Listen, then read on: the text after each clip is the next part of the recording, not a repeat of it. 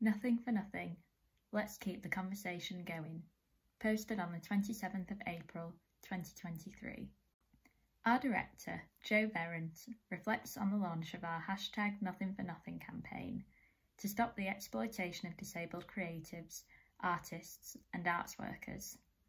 What a week! We'd been planning the launch of our #NothingForNothing campaign for a while, so it's great to finally get our data and resources out in the open and find out more from others about their experiences. While our survey findings and case studies had given us vital intel in launching the campaign, across our event and social platforms, we kept hearing more and more stories of exploitation. I get asked for free access consultancy a lot, as if it's a favour they are doing me. The attitude is that I should want access to be better and be pleased to help. I've seen horrendous practice from major disability charities expecting disabled writers to create content for the exposure, but no money obs.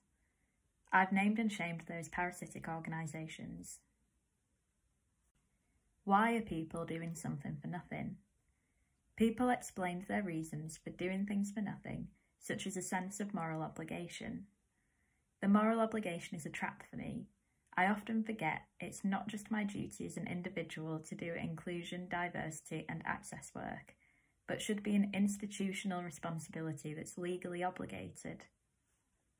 Or because the practice of free labour was embedded so deeply in the way the cultural sector works, and the way work as a whole treats access and inclusion. The arts sector is rigged against the very people on whose work it relies. The world of work is behind in all access areas, and couple this with the fact that the arts are so underfunded, despite the increased evidence base that participation in arts of all types is good for individuals and communities' well-being. Fundamentally, organisations do not view making their work accessible as a moral and legal obligation. Rather, they view it as a favour they are doing us, an imposition making their lives more awkward. So they don't understand why we are not more grateful for the crumbs they throw at us. Why should we expect to be paid for a favour they are doing us? Lots of people mentioned a sense that it's harder for emerging and or less confident people to know their worth and not get sucked into doing something for nothing. I think there's a gross assumption that early career or emerging creatives are unskilled and should accumulate skill set through unpaid opportunities. But this only emphasises the idea that our value and talent as disabled people is attributive by association and not inherent. The complexities of paying disabled artists. The complexities of taking cash for those caught in the benefits trap was also frequently referenced, especially learning disabled artists. These barriers seem to have convinced some people that no disabled people need to be paid. Hopefully, our campaign can change that assumption. There are ways to pay disabled artists receiving income support, and many examples of good practice out there, such as this resource by MenCap. Exchange versus exploitation. There is a recognition that many of us are caught up on both sides of the issue, both being asked to undertake unpaid labour and having to ask others to do so too. I often ask peers for advice when I need a steer. I don't tend to pay for this, and as an exchange, I share information with them. The biggest amount of work we do unpaid is on fundraising. We frequently have to ask our collaborators to work unpaid at this stage because none of us are getting paid. My organisation is very small, more of a community project. It's not non-profit, so everything goes to charity. More often than not, I don't have the resource to pay bands to play at our gigs, which I do feel very bad about.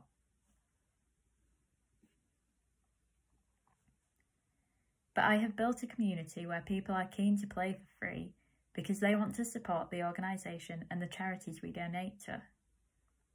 There is a clear sense that scale and access to resources made a huge difference here. As someone commented at our event, there is definitely a difference between artist mutual aid and big organisations expecting unpaid labour. A basic rule of thumb was to consider who was salaried and who is not when asking people to undertake tasks. A freelancer having coffee is giving up time in a very different way compared to someone who is salaried. How can individuals call out bad practice? There was debate over whether naming and shaming is the best approach. Some felt that blame culture seldom works and reminded us we catch more bees with honey than vinegar. Others felt calling out could lead to positive results. At Fair Museum Jobs, we've been calling out bad practice in museums for the last few years, and we've definitely seen things change. Certainly, responding and pointing out the exploitation involved in many of the asks was seen as necessary, politely, as recommended in Lady Kit's case study, or less politely, if we feel that the message just isn't being heard. After all, sometimes people are genuinely lacking in knowledge, and may behave differently if they had a better understanding. There was a recognition that naming bad practice could have consequences, and was easier for some to do than others. My fear with being less polite is I just won't get hired. In a sense, it's a privilege to call people in/out for bad practice. There was a great example cited. The Institute of Conservators will advertise any role on their website, but have a fixed statement they attach if needed, stating, "This role is paid below the recommended salary for this type of role." Examples of good practice. Good practice was experienced with Equity, Scottish Artists Union, Sustrans Scotland, Wising Arts Centre, Dash, Attenborough Arts, Helix Arts, the New Bridge Project, and Arts and Heritage, amongst others, all praised for paying and/or considering other non-monetary rates of exchange. The work of access coordinators in film production was cited as a great area of practice, advocating for payment and access at all stages within the process, and the brilliant work of some unions on this and other matters was frequently referenced. Further resources: AN's Paying Artist Campaign, We Industria Report, Structurally F, UCT, Up and Coming Events on Fair Pay and Lived Experience by Arts and Homelessness International, More Than a Moment Pledge. Randomised selection was discussed as a way of reducing artists' unpaid labour, although opinions as to its suitability varied. Watershed, Dash and Sherwood were cited as organisations that had explored this. You can read Watershed's report on its trial here. We've had lots of ideas suggested to us that we can explore at Unlimited and with others. For example, we discussed exploring the overlap of the work of unions, creating a sector-wide charter of some sort that artists could sign up to, explaining their stance on unpaid labour, and considering a round of micro-commissions based on creative responses to this situation. What are we doing next?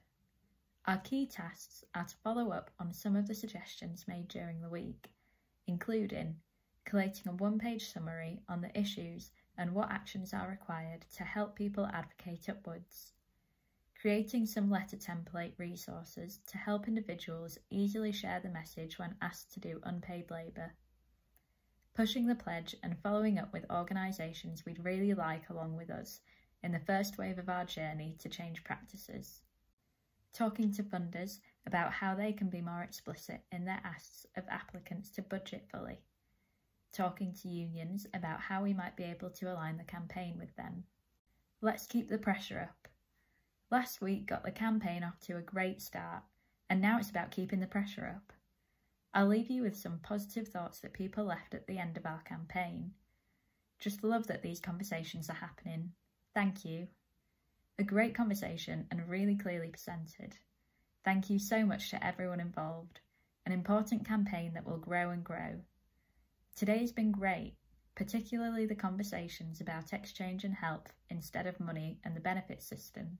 I found this super helpful to know that this is something we are all looking at and experiencing. Really useful to leverage the pledge and the #NothingForNothing campaign when trying to bring others along with us. Thank you. That was very helpful and we'll definitely be looking into the resources. Let's keep this conversation going.